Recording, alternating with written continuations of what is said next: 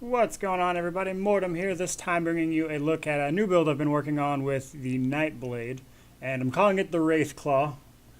So, I'm not really into theoretical maximums or min-maxing, so if you're looking for that kind of build, that's not my thing. You should probably look elsewhere. I just like to make builds that are effective, but aren't necessarily the best, and kind of more focused on them being fun for me to play. So, obviously what we have here is a melee stamina Nightblade. So, starting with the best race for that, as with anything stamina based, especially melee, Khajiit is usually the best way to go, and that's simply because of this particular passive on the Khajiit skills right here, Carnage, which increases your weapon critical by 8%. They also get Nimble, of course, which increases health recovery and stamina recovery. The stamina recovery is nice, but the main thing that makes them the best is usually that weapon critical, because it makes their DPS just better in general usually, and easier to get it really high. So, obviously start with the Khajiit, because it's melee. That said, I want to go into champion points real fast before we touch base on anything else. So, with the warrior sets, Hardy and Elemental Defender are pretty much the best way to go. I'm about 100 points from having the maximum, which is 600 at the moment. That said, Hardy and Elemental Defender will, at max, take you 25% off of most every single damage type. All the others, they can be useful, but none more so than these two. So splitting your points between those as you're getting them is usually the best way to go. With the Thief skills over here, Warlord is a must for stamina, and Magician actually for Magickas. But for us, it's Warlord, and that's going to reduce the cost of stamina, spells, and abilities by, I believe it is 16% at max. And then after that, we're going to come over here to Mooncalf and put the rest in it, which will increase our stamina recovery. One problem I do have with this build is that I lose a lot of stamina very fast. And then for the mage trees here, we're going to put 95, 100 at max into Mighty, which is going to give us a 25% at max booster to our physical, poison, and disease. And most of what we're using is physical and disease. And then these two I couldn't really decide. So Piercing is awesome because it gives great physical penetration, which is fantastic for anything PvE really. You'll see it vary depending on what you're doing. Like it gets quite a good rap in trials and stuff, but it's pretty good all around in PvE. In PvP, however, because of the fact that wards and shields and things like that aren't affected by physical penetration, it actually kind of sucks. That said, they just removed champion points from one of the main campaigns, so that this wouldn't even be a thing in that particular one. The other one, of course, Precise Strikes, increases damage and healing by weapon criticals by 12%. So, that's just great across the board. And when I get into some of the skills, I would tell you that I'm seeing them crit for 27 to 30k on average with just this. You could dump it all into this. I'm just not sure because I'm not focused entirely on crit chance. It's not as high as it could be. Like, it's sizable. They're pretty reliable. But these two, I would tell you, if there's any wiggle room with the champion points, is probably going to be right here. So, with no further ado, we're going to go into skills first, and then I will go over the armor. So, the first skill bar we're using is a two-hander. So, for starters, we're going to use Ambush, which is in the Assassination tree for the Nightblade. So you teleport through the shadows, stun them for 2 seconds, and do around 6,000 physical damage. I would tell you that crits for 10 to 11 on average. And it is very similar to Critical Charge in the two-handed skill line. However, the only difference here, of course, is that it's instantaneous rather than a charge to them. This actually gives us Empower, and as well as it stuns the PvE side of this. You can actually use this in PvP a little bit, which I'll get into later, but that just snares them. It doesn't stun them. Basically, Ambush is a better version of Critical Charge. Critical Charge will guarantee a crit strike, and as well as doing some damage based on distance traveled, of course. But I would tell you, in pretty much all of the things I've been doing, Ambush has turned out to be better. The second one we're using is Killer's Blade. Thrust a caustic blade with lethal precision to stab an enemy. So 4,000 disease damage, and then it does 300% more to targets below 25%. And the nice thing is it heals you 20% if they die within 2 seconds of you using this.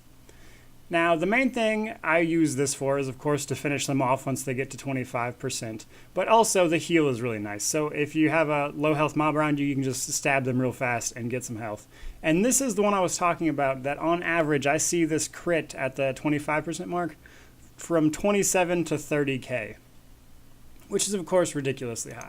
And then also on this tree right here, or our skill bar, rather, we pick up Evil Hunter from the Fighters Guild line. And what that does is gives us a crap ton of weapon critical. It is, of course, useful for its intended purposes, which is, detecting stealth and then reducing the stamina cost of other Fighters Guild abilities. But the main reason we're using it for is weapon crit that we get just for having it on our bar. We don't actually have to use this. And then our fourth ability on this skill bar is Power Extraction. Now, this is awesome because it's a toss-up between this and Rally, and I'll get into that in just a second. But what this one does specifically is it hits everything around you for about 5k disease damage, and then it gives you 20% weapon damage, which is awesome. And that's the main reason we're using it, and it hits like a truck when combined with a couple other things that I'll get into in here in just a second. But so Rally, the morphed version of Momentum that gives you a bunch of health, is the other thing you could use because you essentially get the weapon damage still. However, you don't hit anything, and also it doesn't deal damage to everything around you. And we'll get in some, like, if you wanted to use Rally, I guess it would still work, but honestly I think Power Extraction is better, and we'll get into how you can get around the healing here in just a second. And then lastly, of course, Wrecking Blow. It just does insane damage, gives you Empower, which increases the next attack by 20%, as does Ambush. So what you can do actually is Ambush, Wrecking Blow, or like Ambush, Power Extraction, Wrecking Blow, and then Killer's Blade if it's not already dead. The ultimate on this bar is you can actually use one or two, and I'd say it's a little situational. Onslaught is great. Onslaught is the weapon ultimate from the two-handed skill line, if you didn't already know. It's the morph version of Berserker Strike. And basically with Onslaught, if this attack kills something, it just immediately refunds the ultimate and I can hit it again. If you're dealing with a bunch of small enemies that are all around you, this is a great way to go. Alternatively, however, the one I would recommend using if you don't want to use that is actually Incapacitating Strike. Basically, you'll hit something for an pretty comparable amount of disease damage, as well as stun them, as well as increase your damage against them by 20% for 6 seconds, as well as adding Major Defile, which reduces their healing done to them by 30% for, I believe it's also 6 seconds. I don't remember the timer on that. It doesn't actually say. But, yeah, so Incapacitating Strike is awesome. And for 70 Ultimate, you can use it all the time. Like, I could use 2 Incapacitating Strikes for what it takes to use one single Onslaught. Of course, you could get the refund if you're lucky. So basically, for any larger enemy, like a boss, Incapacitating Strike is definitely the way to go. But Onslaught is a little more situational. It's also fun. You could use it here. I actually recommend you do use it occasionally because it's hilarious when you get those procs going. It's a lot of fun. So moving on to our second bar, we're actually going dual wield here. This one took a while for me to nail down exactly what I wanted to do with it because I was playing around with some different combinations. So the only dual wield skill we're actually using from this is Blood Craze, which of course hits them, bleeds them, and then heals you for the duration of the bleed. So this is awesome because A, you get a little bit of extra health, which you're definitely going to need, and that's actually pretty much it. That's the main reason we're using Blood Craze. I think that's the main reason anybody uses Blood Craze, because it heals you. Now, the second skill, we wound up picking Razor Caltrops, but I also tried Deadly Cloak. Rapid Strikes was actually just a low-level thing I was using for a while. So Deadly Cloak is it's pretty good. I actually like it. It'll reduce the damage you take from AoEs, and it's also a player-based AoE, and it'll do damage to things around you every 3 seconds. However, I ultimately decided on Caltrops from the Assault skill line, simply because it does more damage. So we have the Razor version, which does a little bit of damage immediately, about 2,000 actually, and reduces movement speed for the first 3 seconds they're hit. Now, that's mostly just because it does an insane amount of damage compared to Deadly Cloak, like actually about twice as much, really. And that's awesome. So that's pretty much the reason we picked it. You can certainly use Deadly Cloak, especially if you're trying to get away from AoEs or something. But if you can spend the time in PvP, which of course the Assault Tree requires, which I'll get to a little bit later, talking about PvP, I mean. But Razor Caltrops is definitely the better option, so I definitely recommend you take the time to pick that up if you're going to use this build at all. And then for the third skill in our line, we actually, you can use one of two skills here, kind of depending on what you're going for. So in the Assassination skill line, we're actually using Mirage right here, which of course increases our dodge chance by 15%. Gives us major evasion, minor resolve, and minor ward, which of course does the dodge chance, the physical resistance, and the spell resistance. Now, I ultimately chose this one because it is a Magicka ability. See, if you go over here to medium armor and you use evasion, and then you morph that into a move called Shuffle, it gives you the same dodge chance as well as Shuffle, removing any stuns or snares on you. I would tell you, I'd use Mirage specifically because it's a Magicka dump. I mean, that's really the only reason to use it. Because, like I said, if you want the stamina version of this ability, it's right here in the medium tree. By all means, use it if you want to. And actually, in PvP, it's probably the better option. However, for the most part, I'm just using this for damage mitigation. And the best way to do that, in my opinion at least, is to have some sort of Magicka dump that I can use for it. Because we're not really using our Magicka on anything else except one skill. So for our fourth skill, we are of course using Vigor, which is a great stamina-based heal, because you will need to heal yourself, of course, occasionally. Depending on what you're doing, of course. Obviously, if you're going like full min-max trial guy, you wouldn't even be trying to heal yourself at all. But like I said, these aren't really so much min-max as it is just me trying to have fun with builds, and Vigor makes my life easier, so I like it. And then lastly, and this skill right here is actually the reason I wouldn't recommend using Rally. And we're talking about Reaper's Mark, which I believe is also in the Assassination skill line. And it'll expose an enemy's weaknesses, reducing their physical and spell resistance by 5,200 for 20 seconds. And when the marked enemy dies, you heal for 61% of your max health, and you gain Major Berserk, increasing your damage done by 25% for 5 seconds. Reaper's Mark is awesome, especially if you need to heal yourself, because as you can see, when that marked enemy dies, 61% of your max health. You're going to heal for over half of your life for just killing anything. And like, there's no, like, this isn't like a cast time. You can just cast this on stuff that's about to die, kill them, heal for a crap ton, plus get a 25% damage bonus. And you can just use that all the time. Like, nothing's stopping you.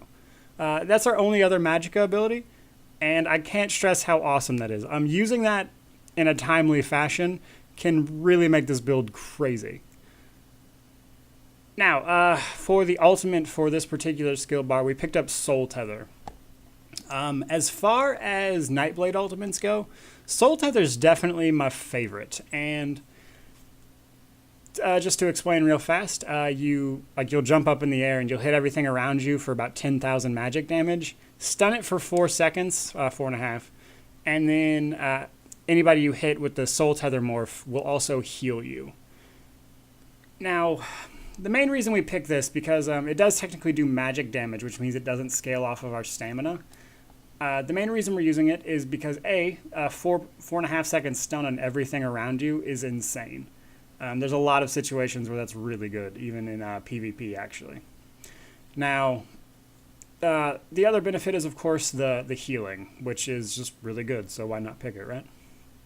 Now, what I like to do, actually, is if I have Soul Tether up, pretty much every time you want to run into a fight, you're going to start off with Mirage, or you're going to hit Mirage, throw down Caltrops real fast, switch over, ambush yourself in, power extraction, and then if you have Soul Tether, that's actually a fantastic time to use it, because you're going to do crazy AoE damage to everything around you very quickly. And then as that stuff's dying, you can Reaper Mark to fill any health you lost, as well as get that damage buff going. Just a very effective way to play. Now, before I actually show you guys some legit gameplay here, we're going to jump over into sets we're using, just to show you guys right now. I'm not doing anything crazy as far as weapon critical goes, 57%. Now, however, if you're not familiar with Nightblades, when you see that number, you also need to understand that because we're using so much of this assassination stuff, we get a passive at the end of this. Yeah, here it is. So Hemorrhage in the assassination skill line increases your critical damage done, for starters, but also every time you deal critical damage, you'll gain Minor Savagery, also increasing your weapon critical by 650 for 20 seconds. And to give you an actual percentage amount, that winds up being about 3.5% usually. So this will jump up to 60 whenever we crit something. Now, as you can see, our weapon damage is well over 3,000. I mean, not well over, but like over 3,000. And then if we switch to our other tree here, it's still over 3,000, but our crit is a bit lower on that one. Truthfully, I didn't focus a lot on the critical stuff. As you can see, we picked up the Warrior for a boon rather than, I believe it's the Thief that gives you crit strike. And the main reason for that being is because we get that extra crit strike from just hitting things. We have so much crit strike from just being a Khajiit that I wasn't really trying to focus on the crit strike version of this. I already did something like that with my Hurricane build for the Sorcerer, and I recommend you check it out. Basically, the weapon critical was high enough for me that it was it was fine. You still crit fairly reliably, but you're not doing anything insane critical wise, and that wasn't really the goal of this build per se. Was maxing out my weapon critical. So that's kind of just where I decided to stop really. Now for gear, I'm going to start by saying what I try to stress before people freak out on me because it's the internet. When it comes to gear, I like to show the cheapest entry-level stuff just because it's really easy to get. Oftentimes the investment in the higher-end stuff is so much that you can't even really try a build out. So I like to show it to you guys with the low-end gear that you can get. And it's still awesome to me. I don't know why people freak out about having that highest level of gear, and I'm sure that's important if you're doing all these trials and stuff, but you can still do really well with these lower end sets that aren't anything special. For instance, we're using Ashen Grip and Hunding's Rage just to actually get there now. And Hunding's Rage is of course a really good set. Viper is pretty unanimously better than Hunding's Rage for stamina DPS actually, but Hunding's Rage is way easier to get. Ashen Grip, we're not using the 5 piece of that, just the 3 and the 4. Depending on which skill bar we're using. And it is also just really good. We get the weapon damage and the critical from the 3 and the 4. The 3 and the 4 piece set part of that. And again, you can just get it really easily. And that was most of my decisions for the stuff that I'm using right now. So as you can see, we're using 2 Swords of the Ashen Grip, Great Sword of the Ashen Grip, Shoulders and Helm of Ashen Grip, 5-piece Hunding's Rage, and the agility set for our jewelry. So just explaining some of these choices here. So for the jewelry, if you get the healthy set on the healthy trait rather on the agility set, these cost like 2K a piece. As if you get the robust trait for these, which is the stamina version, it's way more than that. The price jumps around a little bit, but it's substantially higher. Whereas you can pick up these for 2K and only have to sacrifice like 2,000 stamina more or less, but save yourself an insane amount of gold. And then of course you can put the weapon damage enchants. If we had the legendary version of the enchants, it would actually be 174, not 160 weapon damage. But everything I'm showing you is just the epic level stuff, not the legendary. And then if we come up to our Hunding's Rage, you want to use Divines on everything to max out your weapon damage or whatever boon you decide to use, but in our case it's the Warrior for weapon damage. So you're going to use Divines to max that out. Infused is also really good. It increases the enchantment on your armor. But Hunding's Rage is just really easy to make. I forget the exact trait piece set it is, but it's really easy to make. And so is Ashen Grip. And that's probably the best thing about these is there's definitely better sets. Like I said, Viper is pretty much better than Hunding's Rage in almost all cases. However, Hunding's Rage is insanely easy to get your hands on. In fact, you can probably craft it yourself if you've done a decent amount of research into just, blacksmithing or clothing or whatever particular type of crafting your whatever crafting discipline you chose to go with. As long as you've done some research into it, you can probably craft both of these because they're low trait count piece sets, so they're not hard to make. So other than stressing how incredibly cheap those are, I'm going to move on to show you guys some actual gameplay now. So starting with PvP, obviously to get some of the skills here, Razor Caltrops, as well as Resolving Vigor, you have to do PvP to get those. There's no way around that. So what I'm showing you in the background here is some PvP I was doing to get that, since I would have a hard time playing that and keeping up with talking, to be honest with you. It's pretty good. Like I said earlier when I was talking about the skills, there are a couple things I would change. Like for Mirage, you'd probably want to swap that out for Shuffle. And then Incapacitating Strike is 9 out of 10 better than Onslaught in PvP, just because of all the extra damage done. But Onslaught can actually do pretty well also. Now, this isn't built specifically for PvP or anything, though. So, like, for instance, our Wrecking Blow skill, you'd probably want to change that over to Dizzying Swing, which is the version of it that stuns instead of granting Empower.